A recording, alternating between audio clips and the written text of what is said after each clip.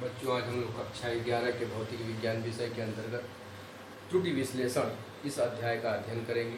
त्रुटि विश्लेषण के अंतर्गत सबसे पहले हम लोग जानने का प्रयास करते हैं कि त्रुटि होती क्या है। त्रुटि का अर्थ है एरर, यानी कि गलती।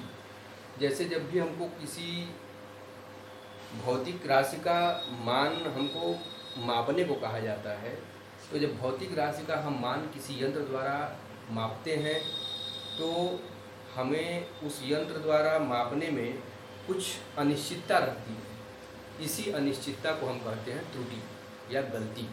अब किसी यंत्र द्वारा जो हम उस राशि का मान नोट करेंगे, जो प्रेक्षित करेंगे, वह प्रेक्षित मान उस राशि के वास्तविक मान से कुछ अलग होता है। थोड़ा सा चाहे ज़्यादा होता है, चाहे थोड़ा सा कम होता है। तो उस राशि के वास्तविक मान और जो हमने उस राशि का प्रेक्षित मान हमने ऑब्जर्व किया है, उन दोनों के अंतर को ही त्रुटि कहते हैं। यानी कि त्रुटि बराबर हो गया उस राशि का वास्तविक मान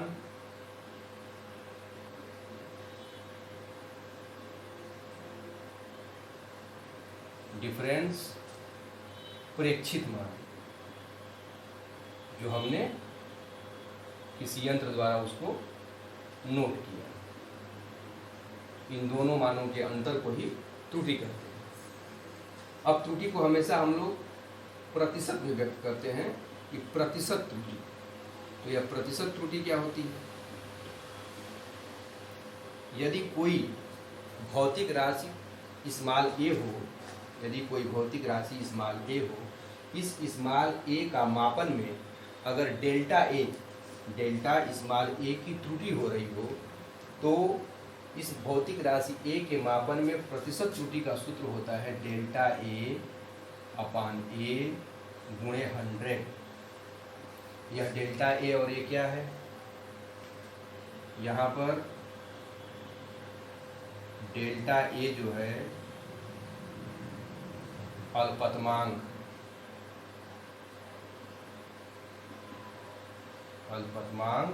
या इसी को कहते हैं त्रुटि, और ए जो है राशि का माप। जो भी राशि दी गई है उस राशि के माप में अगर डेल्टा ए की त्रुटि हो रही हो तो प्रतिशत त्रुटि निकालेंगे डेल्टा ए अपान ए गुणे 100। इस फार्मूले से हम लोग जो है प्रतिशत त्रुटि का गणना करेंगे। इस अध्याय में हम लोग इसी पर जो है कुछ प्रश्नों को हल करने का प्रयास करते हैं। जैसे मान लीजिए कोई एक प्रश्न दिया हो कि एक समीकरण है y is equal to a की पावर m b की पावर n बटा c की power yes. y is equal to a की पावर m b की पावर n बटा c की पावर यस। इस समीकरण में, इस राशि समीकरण में जो है y के मापन में अधिकतम संभावित प्रतिशत त्रुटि ज्ञात कीजिए। अगर यह सवाल दिया हो तो कैसे निकालेंगे? पहला काम करेंगे, इस समीकरण को लिख लेंगे, समीकरण नंबर 1 कर लेंगे। अब लिखेंगे y के मापन में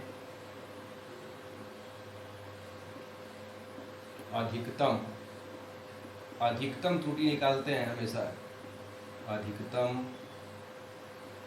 प्रतिशत त्रुटि। सूत्र क्या होगा y के मापन में? हमने अभी बताया है डेल्टा ए के मापन में होता है डेल्टा ए अपान ए गुणे 100। तो y के मापन में हो जाएगा डेल्टा y बटा y गुणे 100। यह हो गया y के मापन में अधिकतम संभावित त्रुटि बराबर। अब इधर चलेंगे, इधर 3 भौतिक राशियां। पहला काम क्या करते हैं, जो समीकरण दिया गया रहता है उस समीकरण में जो हर में चीज़ें हैं उन हर में वाली राशियों को भी अंश में कर देते हैं। तो करेंगे इस तरह, तो क्या हो जाएगा a की पावर m b की पावर n और c की पावर माइनस यस। ए की पावर m, बी की पावर n, सी की पावर माइनस यस। अब जो है हमको निकालना है y के मान में अधिकतम त्रुटि, तो डेल्टा y बटा y गुणे 100। अब कैसे निकालेंगे? सब राशियों के जो घातांक है, घातांक को हम पहले करेंगे। एक सवाल समझ लीजिए, पहली राशि में घातांक यम है, यम को पहले कर दिया गया, छोटा ब्रैकेट बनाएंगे। जो राशि है a, ऊपर लिख देंगे डेल्टा a बटा a गुणे 100। यह पहले वाली राशि के लिए प्रतिशत त्रुटि निकल गई। अब दूसरी राशि है b, जो भी राशियां बदलेंगी उन एक राशि के बाद धन का चिन्ह लगाएंगे। दूसरी राशि है b, b का घात है n, तो n को पहले करेंगे, छोटा ब्रैकेट बनाएंगे। b है तो यहाँ डेल्टा b बटा b गुणे 100, यह दूसरी राशि हो गई। राशि फिर बदल रही है, तीसरी राशि आ रही है c, c की पावर माइनस यस है, तो माइनस यस पहले आएगा। और एक चीज़ ध्यान देंगे, चाहे घात में माइनस हो चाहे प्लस हो, हमेशा यहाँ पे हम प्लस का ही चिन्ह लगाएंगे, भले यहाँ माइनस आया है। अगर माइनस यस आया तब भी यहाँ हम प्लस यस ही लिखेंगे, और अगर प्लस यस रहता तब भी हम प्लस यस ही लिखते, क्योंकि हमको अधिकतम त्रुटि निकालना है। अधिकतम निकालने के लिए हम सारी त्रुटियों को जोड़ेंगे, कभी घटाएंगे नहीं। तो माइनस यस है, लेकिन हम लिखेंगे यहाँ पे प्लस यस। तीसरा वाला घात, तीसरे वाले घात के लिए राशि क्या है, छोटा ब्रैकेट बनाएंगे, डेल्टा सी बटा सी गुणे 100। तो यह जो है, जो समीकरण दिया गया था y बराबर a की पावर m b की पावर n बटा c की पावर यस, इस समीकरण के लिए इस पूरी राशि के मापन में जो अधिकतम प्रतिशत त्रुटि निकालना होगा, उस अधिकतम प्रतिशत त्रुटि निकालने का यह हो गया सूत्र, डेल्टा y बटा y गुणे 100 बराबर यह चीज। अब इसी तरह जैसे कोई सवाल दिया हो,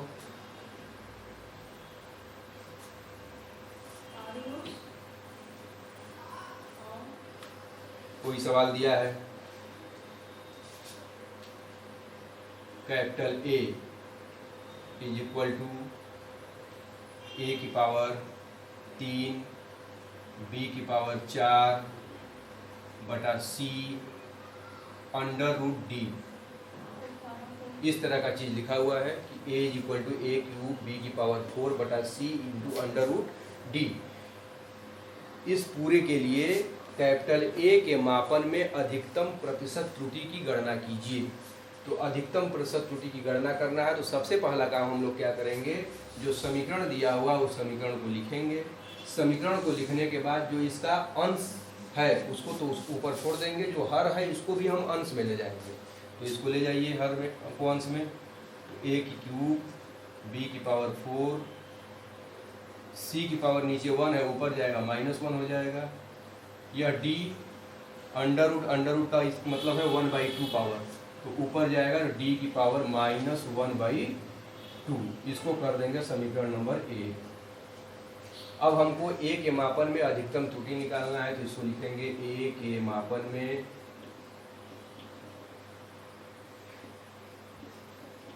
अधिकतम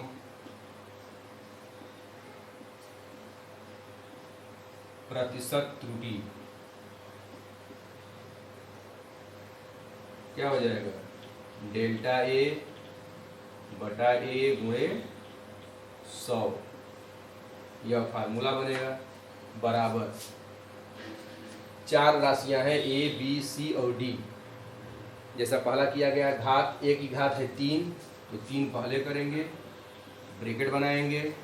राशि है a, तो लिख देंगे डेल्टा a बटा a गुणे 100, ब्रैकेट बंद। दूसरी राशि आ गई है, तो प्लस का चिन्ह लगाएंगे। घात है 4, 4 पहले लाएंगे, छोटा ब्रैकेट बनाएंगे। राशि है b, तो लिख देंगे डेल्टा b बटा b गुणे 100। राशि बदल गई, अब राशि आ रही है c, इसका घात है -1, तो यहाँ -1 ना आकर के क्या होगा, +1, क्योंकि अधिकतम त्रुटि निकालना है। माइनस को भी हम प्लस में करेंगे, घात को 1 इंटू छोटा ब्रैकेट, राशि है c, तो डेल्टा c बटा c गुणे 100। चौथी राशि डी, इसका घात है 1/2 माइनस में, तो माइनस में लिख करके शुरू में लिखेंगे 1/2 प्लस करके इंटू चौथी राशि डेल्टा डी बटा डी गुणे 100। तो यह जो है दिया गया समीकरण a बराबर a क्यूब b की पावर 4 बटा c अंडर रूट डी, इस समीकरण के लिए जो अधिकतम संभावित प्रतिशत त्रुटि आएगी उसका यह जो है व्यंजक होगा। इस सवाल में यह दिया गया है कि इसका अधिकतम प्रतिशत त्रुटि के लिए व्यंजक प्राप्त करिए, तो व्यंजक हम लोगों ने इस तरह प्राप्त किया। हो सकता है किसी सवाल में या इसी सवाल में मान लीजिए इस तरह दिया होता कि a = a की पावर क्यूब 3 b की पावर 4 बटा c अंडर रूट डी में अधिकतम प्रतिशत त्रुटि ज्ञात कीजिए, जबकि a, b, c और d के मापन में अधिकतम प्रतिशत त्रुटि क्रमशः अगर दे दिया हो सवाल में कि a के मापन में 1% हो रहा है, a के मापन में 1% हो रहा है, b के मापन में 2% हो रहा है, c के मापन में 3% हो रहा है और d के मापन में 4% हो रहा है। अगर ऐसा सवाल दे दे तब अधिकतम प्रतिशत त्रुटि का मान ज्ञात कीजिए। इसमें केवल यह दिया था कि इसके में अधिकतम प्रतिशत त्रुटि का व्यंजक प्राप्त करिए, व्यंजक हम लोगों ने प्राप्त कर लिया।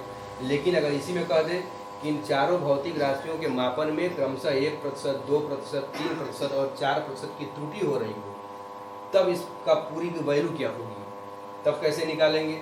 फिर भी वही काम करेंगे, पहले उसका मान निकालेंगे, उसके बाद a के मापन में अधिकतम त्रुटि का व्यंजक प्राप्त कर लेंगे। व्यंजक प्राप्त करने के बाद अब इसी में बढ़ाएंगे कुछ।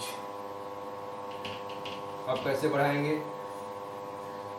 प्रश्न में दिया है कि a के मापन में कितनी त्रुटि हो रही है, a के मापन में दिया है 1% की, b में दिया है 2%, c में दिया है 3% और डी में दिया है सवाल में 4% की त्रुटि हो रही है। तब पहला काम करेंगे, व्यंजक निकालेंगे। व्यंजक निकालने के बाद 3 इंटू a के मापन में दिया है 1% की त्रुटि हो रही है, 1% की त्रुटि होने का मतलब डेल्टा a बटा a गुणे 100, इस पूरे का मान दे दिया है 1%, तो लिख दिया गया 1% प्लस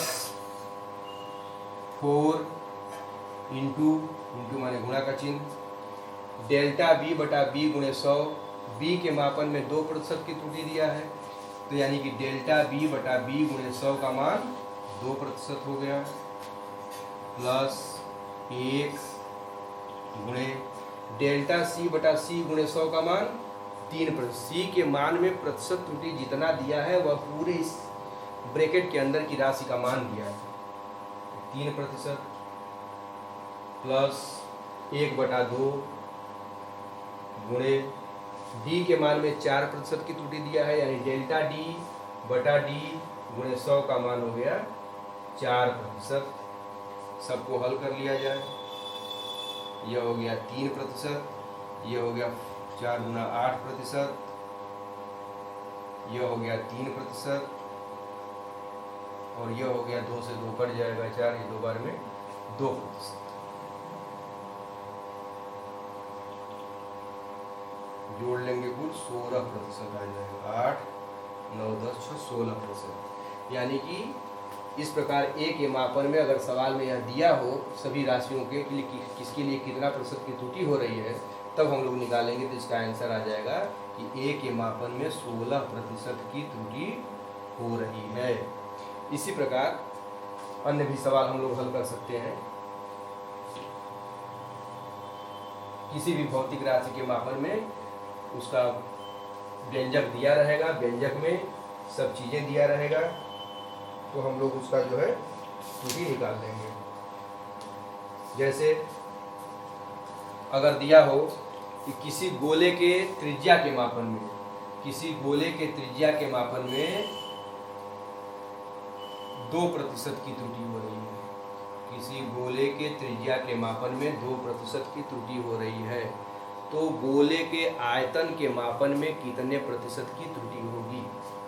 त्रिज्या के मापन में यदि त्रिज्या को हम स्मॉल r मान लें तो डेल्टा आर बटा आर गुणे 100, यह हो गया त्रिज्या के मापन में त्रुटि। इसका मान दिया है 2% प्रश्न में। किसी गोले के त्रिज्या के मापन में 2% की त्रुटि हो रही है, यानी डेल्टा आर बटा आर गुणे 100 बराबर 2%। तो कह रहा है गोले के आयतन के मापन में कितने प्रतिशत की त्रुटि होगी। आयतन को भी से लिखते हैं, तो आयतन के मापन में त्रुटि हो जाएगी डेल्टा भी बटा भी गुणे 100, और इसका वैल्यू हमको निकालना है। जिस भी भौतिक राशि का प्रतिशत त्रुटि पूछे, उस भौतिक राशि के संकेत के आगे अंश में डेल्टा लगाएंगे, नीचे हर में सीधे उस भौतिक राशि को लिखेंगे और गुणे 100 का चिन्ह लगाएंगे, वहीं उसकी प्रतिशत त्रुटि होगी। जैसे यहाँ पर है त्रिज्या के मापन में 2% की त्रुटि, तो त्रिज्या को आर से लिखेंगे, डेल्टा आर बटा आर गुणे 100 2%। आयतन के मापन में पूछ रहा है, तो आयतन को भी से लिखते हैं, तो डेल्टा भी बटा भी गुणे 100 का मान निकालना है। अब कैसे निकालेंगे, तो गोले की आयतन का सूत्र क्या होता है, गोले का आयतन कैपिटल V इक्वल टू होता है 4/3 पाई आर क्यूब, यह होता है गोले का आयतन। तो आयतन के मापन में अधिकतम प्रतिशत त्रुटि आयतन भी है, तो डेल्टा भी बटा भी गुणे 100, यह हम लोगों को निकालना है बराबर। यहाँ पे व्यंजक दिया है v equal to 4/3 pi r cube, हम लोग जानते हैं। यहाँ पे ऐसे व्यंजकों में जो भी अंक होते हैं उस अंक को छोड़ देते हैं, अंक से कोई मतलब नहीं होता, केवल घात से मतलब होता है। यहाँ इस घात के पहले जो राशि है पाई, पाई का मान 3.14 फिक्स होता है, 4/3 का भी मान फिक्स है, इसलिए 4/3 और पाई को हम निगलेक्ट कर देंगे, छोड़ देंगे, इससे कोई मतलब नहीं बचा। तो अगर इसको छोड़ दें तो बचेगा v equal to r cube बचेगा, तो v के लिए हो जाएगा डेल्टा v बटा v गुणे 100, और आर क्यूब, तो आर क्यूब की त्रुटि कैसे निकालेंगे, घात है, घात को पहले कर देंगे, 3 छोटा ब्रैकेट बनाएंगे, बचा आर, तो लिख देंगे डेल्टा आर बटा आर गुणे 100। 3 डेल्टा आर बटा आर गुणे 100 की वैल्यू पहले से प्रश्न में दिया है कि 2% की त्रुटि हो रही है त्रिज्या में, तो लिख दिया गया 2%। इस प्रकार कुल हो गया 6% की त्रुटि। यानी किसी गोले के त्रिज्या के मापन में अगर 2% की त्रुटि हो, तो गोले के आयतन के मापन में 6% की त्रुटि होगी। निकालने का तरीका यह। उसी तरह अगर एक सवाल हम लोग और देखते हैं, दे दिया हो कि किसी वस्तु के आयतन के मापन में, किसी वस्तु के आयतन के मापन में 2% की त्रुटि हो रही है और द्रव्यमान के मापन में 4% की त्रुटि हो रही है, तो उसके घनत्व के मापन में कितने प्रतिशत की त्रुटि होगी। अगर ऐसा सवाल दिया, किसी वस्तु के आयतन के मापन में 2% की त्रुटि, द्रव्यमान के मापन में 4% की त्रुटि और घनत्व के मापन में त्रुटि को निकालिए। तो पहला काम, सबका संकेत लिखिए। आयतन का संकेत v, द्रव्यमान का संकेत m, घनत्व का संकेत d, डेंसिटी। आयतन का दे दिया है 2%, इसको हम लोग संकेत में कैसे लिखेंगे, डेल्टा v बटा v गुणे 100, इसका मान दे दिया है प्रश्न में 2%। आयतन के मापन में 4%, द्रव्यमान के मापन में 4% की त्रुटि हो रही है, द्रव्यमान माने स्मॉल m, तो इसको संकेत में लिखेंगे डेल्टा m बटा m गुणे 100, यह बराबर 4%। घनत्व के मापन में प्रतिशत त्रुटि पूछ रहा है, तो घनत्व के मापन में प्रतिशत त्रुटि यानी डेल्टा d बटा d गुणे 100, इसकी वैल्यू हम लोगों को निकालनी है। तो पहला काम कि घनत्व, द्रव्यमान और आयतन में कोई अगर हमको व्यंजक प्राप्त होगा तब तो निकालेंगे। तो इसका सूत्र क्या होता है? हाई स्कूल में आप लोग पढ़े होंगे, घनत्व D बराबर द्रव्यमान स्मॉल m बटा आयतन कैपिटल V, यह सूत्र होता है। घनत्व बराबर द्रव्यमान बटा आयतन। इस फार्मूले से निकाल लेंगे हम लोग घनत्व स्मॉल d के मापन में अधिकतम प्रतिशत त्रुटि। व्यंजक हम लोगों का यह है डेल्टा D बटा D गुणे 100। इसको निकालना है, बराबर का चिन्ह लगाएंगे। यम है, इसको हम लोग पहले एक काम कर लें, इसको D बराबर यम बटा V, या इसको हम लोग V को ऊपर ले जाए तो यम इंटू V की पावर -1 हो जाएगा। D बराबर यम बटा V या यम V की पावर -1। अब इसको हल किया जाए।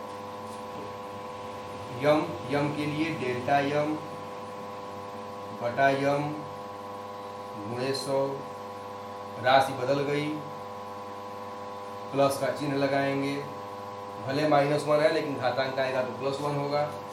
+1 V के लिए डेल्टा V बटा V गुणे 100।